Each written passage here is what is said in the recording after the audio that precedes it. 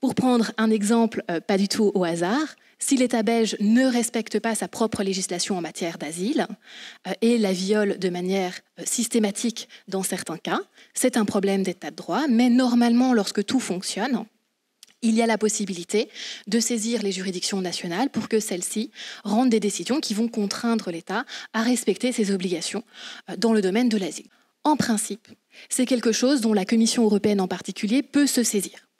Elle pourrait pointer le fait qu'il y a un problème en Belgique en matière d'exécution des décisions et prendre des mesures. Et donc ça, j'en arrive alors à ma deuxième question. Que va-t-on faire au niveau de l'Union européenne? Quels sont les outils qui sont à sa disposition? Il y en a principalement de deux types. Les premiers outils sont ceux dont on parle le plus dans les médias, parce qu'ils ont récemment défrayé la chronique, notamment par rapport à la Hongrie et la Pologne. Ce sont des mesures correctives. C'est vraiment là des mesures qui visent à sanctionner un État, en particulier au niveau financier, parce qu'il connaît des problèmes récurrents en matière d'État de droit.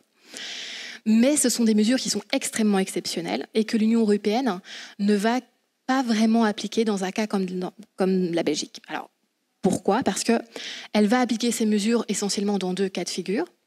Soit il y a une violation de l'état de droit qui est tellement persistante et grave qu'elle est systémique, et donc ça pose un problème pour le fonctionnement même de l'Union européenne. C'est-à-dire que sans régler ce problème d'état de droit, les fondements sur lesquels l'Union européenne existe, fonctionne,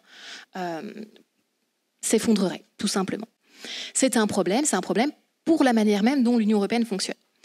Et la deuxième situation dans laquelle l'Union va intervenir avec un peu plus de vigueur, c'est lorsque la violation du principe de l'état de droit, ici, porte atteinte à une politique en particulier de l'Union. On l'a vu récemment, par exemple, en matière budgétaire. À partir du moment où, par exemple, des problèmes de corruption, même d'indépendance de la justice, posent un problème au niveau de l'allocation des fonds européens au niveau national, là, l'Union est prête à prendre toute une série de mesures en vue de sanctionner l'État.